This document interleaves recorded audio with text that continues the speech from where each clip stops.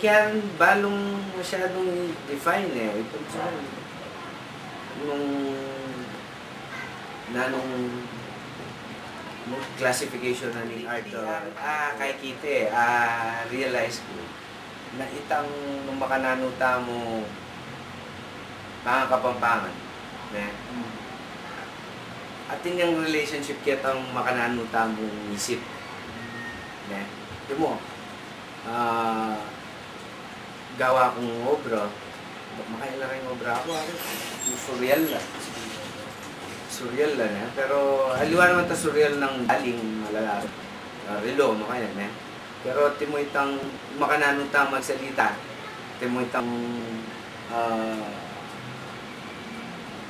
salang mo makailan salang ika makailan itang yung laway tagir tao bala mo bumbilyo tama kanyan so bala mo ako itang language tamo as nang ka embedded kitang mismong art. Ang idea sa gagawin mo king artwork, mas maragula kaya ka man kaya ka Sabihin, datang aliwa, kabud na lamo din tang, timoy tang kamulatan. Sabi ko nga ako, mulat na ako, kasi ginawa akong kamulatan. Ali. At tanga getang process sa may kakamulatan. Apit biglat kaya getang forum ito itang gagawan mo, naman suggested ka ang lifestyle. Buwa. Pero yung direction nito, skill, secondary skill. Kasi pwede ming idea, pwede ming yung freedom, pwede niya mong describe ang metong line. Metong niya mong line. Yung sufferings, pwede ming palto lemo ko tapapil. Ito nga lemo ko tapapil, yatin yung suffering sila. Kung sabihin, pwedeng makanyan. Secondary ang skill. Although, skill mo rin ito. Skill mo rin ito. Pamag-interpret mo. Skill ya rin ito.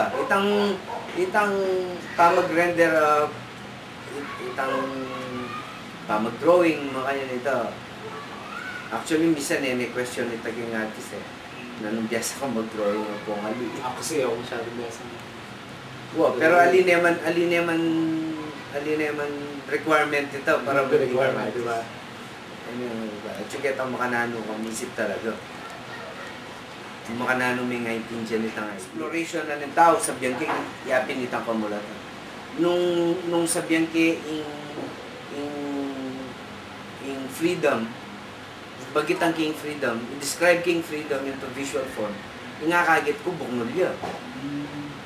Kasi aliwa mo itang word of freedom in lalawin ingakagit ko.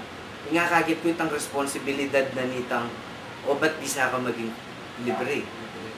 Ba't bisa ka maging timawa? Kasi atin yung responsibilidad ito.